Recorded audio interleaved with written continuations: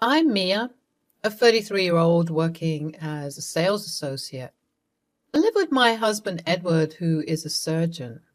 We met in university. I was totally smitten by his straightforward and hardworking nature.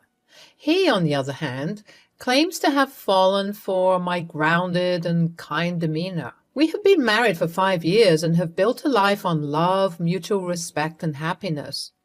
I thought we had a perfect life. However, life is unpredictable. Our lives faltered suddenly, and while it left me dejected initially, things finally fell into place. I vividly remember the fateful day. We had organized a party at our home, which was attended by close friends and my mother-in-law. Near the end of the party, I was in the kitchen cleaning up when I happened to hear a friend of my husband talking to a neighbor who also happened to graduate along with Edward and me. They had been drinking, but the guy was more sloshed. The door that led to the porch was open, so even though I wasn't eavesdropping, it was impossible not to hear their conversation. "Barbara, I must say that you look ravishing tonight." "Thank you, William. That's very kind of you." "What are you doing tomorrow evening? Care to join me for a drink?" "That's very kind of you, William, but I have a working day tomorrow." "Okay, so how about the day after?" "I'm sorry, I'm not interested." But William won't budge. "All I'm asking is a date with a pretty girl like you. I'm sure you won't regret it." After reiterations by Barbara on how she appreciated his compliments but wasn't interested, William got slightly annoyed. Alcohol took a toll on him, and he mentioned my husband's name. "I bet if I was Edward, you'd have no issues with this." While being shocked at his audacity, Barbara quickly composed herself and replied, "Your friend is a loyal and loving husband. He wouldn't cheat on his wife." "My friend cheats on his wife all the time." I knew that Barbara looked up to my husband as an upright and moral person, and she would not be pleased. At this point, Barbara told him off, saying he was out of line and needed to go sober up, and walked away. A while later, I was stacking up the dishes. William came storming into the kitchen. He saw I was there and realized I could have overheard the conversation between him and Barbara. He showed little regret for his behavior and instead said, "Glad that you're here, Mia, because all that you heard was true. It's annoying how Edward gets away with it and never gets held accountable." To be honest, I didn't trust William with this. He was Edward's colleague at the hospital. I had heard from Edward's other colleagues and Edward himself how William was jealous of Edward's caliber and shit-talked about him at the hospital. I could guess that his words were stemming from the resentment he had for Edward. I just looked at him as he spoke and proceeded with my chores. The next thing I heard was a squabble between William and Edward near the garage. "You don't deserve anything you have, Edward." Edward was calm and tried to deal with the situation peacefully. "I think you need to head home, William. You are not in your senses. I'll ask a friend to drop you home." "Huh. I don't need your charity. It was a mistake to come to this party." I felt sorry for Edward. He didn't deserve anyone's spite or snide remarks. It ended with me stepping in and kicking William out after he went overboard. "I'm sorry for William's behavior, love. He's a jerk sometimes. I hope he didn't say anything brazen to you." "Oh, no, don't worry about it. He made Barbara uncomfortable, though." "Oh, that punk. I'll take care of it. Let's sleep now. It's too late." Sometime later, I was laid off from my company as a restructuring measure. Though the sudden change disturbed me, I continued to apply for other jobs. However, luck wasn't on my side. My layoff also affected my relationship with Edward. I noticed he was growing increasingly distant and aloof. We had spats on trivial issues like me spending a bit more on home decor or simply me sitting at home. "I don't believe this, Mia. I don't think we need a new washing machine. This one just needs repairs. You find new reasons to spend money, don't you? We have been using this machine for months, Edward. It is rugged and noisy. There's a risk of electric shock. Safety comes above money, right? That's easy for you to say since you aren't the one spending. Let me handle the major expenses, all right? You focus on getting a job. It was surprising how my brief unemployment changed a lot between us. I was ridiculed even though Edward was earning well and we could manage until I got a job. My savings were limited and I reduced asking Edward for money to a bare minimum. I was managing my expenses. However, the loving wife in me thought his disdainful behavior would drive me to get a job soon. After all, I would be financially self-dependent to a great extent like before. I was supposed to leave for a friend's wedding one day. I readily accepted an offer from another friend to pick me up since I didn't want to bother Edward with cab fares. I bid Edward goodbye. His cold response hurt me, but I decided not to spoil my mood. However, my friend got a bit late and I decided to wait in the living room. Edward did not know that I was still in the house. A while later, I heard a knock on our door. When I opened the door, a woman, who seemed to be our age, stood in front of me. She seemed confused, looking at me, and then apologized, saying she knocked at the wrong door. Suddenly, Edward came up from behind and uttered in a displeased manner, "Oh, you're still here?" "Yeah, I am, running a bit late. My friend should be here any time soon." It seemed like Edward wasn't expecting me there. It was my house too, and his attitude cast a doubt. He nodded and went up to the woman's car that was parked outside. They talked for 5 to 10 minutes and she drove away. I left some time later. However, this incident kept running at the back of my mind. After I returned from the wedding, I casually tried to bring up the matter one evening. "So the woman that came that day, was she a patient?" Edward gave me a stern look, which intimidated me a little. I don't think I could have interrogated him any further. He looked down at his phone and murmured, "She's just a friend." "Oh, all right. I haven't seen her before, though." "Oh, come on, Mia. You don't have to be so inquisitive about everything. She is a recruit at the hospital, and I'm helping her out with a few administrative things." I didn't say anything further, though Edward's answer wasn't convincing. It seemed like he was simply avoiding the conversation. Days passed by. One fine day, I returned from an interview and walked in on a semi-naked Edward on a video call with a woman. I was shocked to my core. I stood there numb, facing the Herculean task of comprehending that Edward had been cheating on me. He stumbled and nearly fell off from the chair he was sitting on. However, he got normal in a moment. After I got back to my senses, I shouted, "What on earth is this, Edward? What are you doing?" Edward stood in silence. "Since how long have you been cheating on me?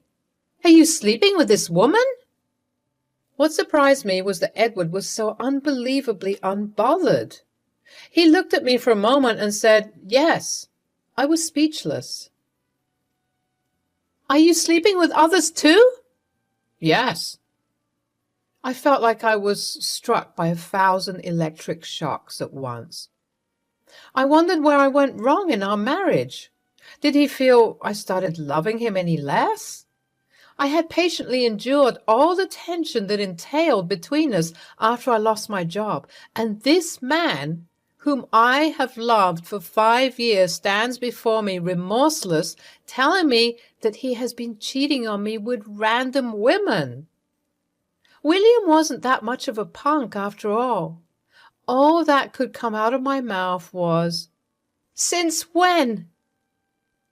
Edward rolled his eyes and said he could not recall precisely, but it all started after things between us went downhill. He talked about it as if it were normal.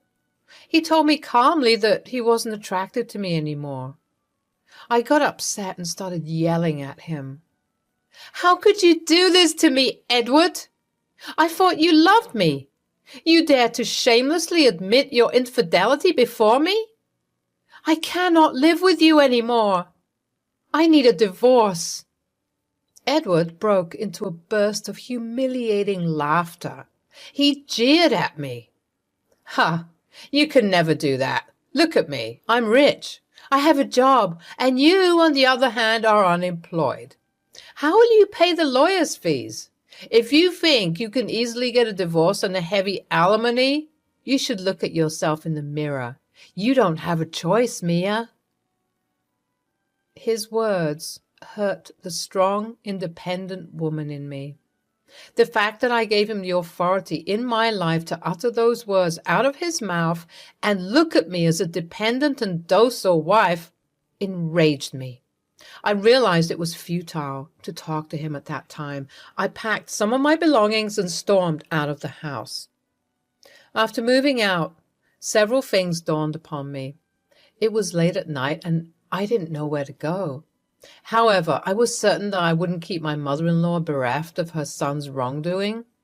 I decided to visit her. My mother-in-law, Judy, was a home baker. She was my inspiration. Her lean figure and graying hair would distract anyone from the fact that she was a powerful woman, full of energy, who kept the environment around her lively. Oh, Mia, what a pleasant surprise. Come in, dear. Hello, Mama. Did you come alone? Where's Edward? He isn't coming. What's wrong? Talk to me. I left that home, Mama. I'm not going back again. What are you talking about? Did you two fight? It wasn't just a fight, Mama. I found out that he's been cheating on me. What nonsense. I didn't bring him up to be a cheater. You are definitely under some wrong impression. How did you get to know about this? I walked in on him and a woman having a video call in an objectionable state. As Judy intercepted my statement, she looked at me blankly and slowly walked out of the house into the garden. Her response was concerning. I realized that maybe telling her about this was a bad decision because she would support her son anyway. Edward was her only son and also her weakness. Though she loved him, I knew who was winning here. I could not sleep all night. The next morning, I went up to her room. She wasn't there. I was worried. She didn't answer my calls. As I went out looking for her, I found her coming towards me. I hugged her and broke down. I'm sorry, Mama. Please don't be mad at me. I will work things out with Edward. Have you lost your mind? You don't let a man dictate you anything or take charge of your life or happiness. Where have you been all night? Well, I went to Edward's. I talked with him. When I asked him everything, he said how happy he felt around that woman and that he was pretty serious about her. To hear Edward sitting there talking about how he looked forward to a life with her and traveling around the world while mocking you and saying you don't deserve to be with a man like him brought tears to my eyes. Yes, being your mother-in-law, I can get emotional too. When I couldn't tolerate him making fun of your taste and style, I slapped him, called him disgusting, and left. But where have you been in the morning? Well, I called our family lawyer, Veronica, in the morning and went to consult her at her office about your divorce. She said she will file a suit as soon as possible. What? I'm sorry, Mama, that you have to go through all this. You didn't have to do this. No, dear. I should be sorry for how my son treated you. All these years of love and care that you have given him, he let you down. I feel terrible that I failed as a mother. No, Mama, you are an amazing and kind person. Edward didn't respect your values. I want you to know that we can stall the divorce proceedings for now if you want to take some time to think through this. You don't have to make any decisions or moves at this moment, okay? I'm with you. Breathe and pause before you take the next step. Get your financial ducks in a row first. The next day, Edward received a call that he had been contacted by a lawyer regarding divorce proceedings. I received a frantic call from him. Who do you think you are? Would you be able to pay your lawyer as long as the proceedings continue? You have absolutely no shame. After all, you were used to spending your savings on petty things. I do not want to listen to your rubbish, Edward. I shall see you in court. As Edward was speaking, Judy, who was passing by, took my phone and chided me. Don't you dare traumatize Mia. How cruel can you be? Why don't you just let her go respectfully instead of creating a scene? I still can't believe you cheated on this innocent soul. I will take care of the lawyer. Veronica will smash you in court. Edward was stunned. He managed to utter, Mom? It was done at your behest? How could you do this to me? I'm your son. Not anymore, she said and hung up. From that day on, I started respecting my mother-in-law even more. It takes a lot of courage to do what she set out to do. I began staying with her. During this time, she tried her best to motivate me, keep me happy, and engage me with her so that I don't drown myself in bad thoughts. Edward's cousin's wedding was a week down the lane, and he was supposed to be the best man. However, Judy forbade him to attend the wedding. His cousin was hurt, and it hurt me to see him that way. Judy, however, convinced me that I need not worry about anything, and Edward made that fall upon himself. I reached out to William to dig deeper about the woman I saw outside my house the other day. She's Susie, a resident doctor. A few of our colleagues used to doubt that something was going on between her and Edward. I believe they'd be able to say something. Luckily, I met one of Edward's colleagues whose laptop Edward had used to send emails to Susie quite a few times since his phone used to act up sometimes.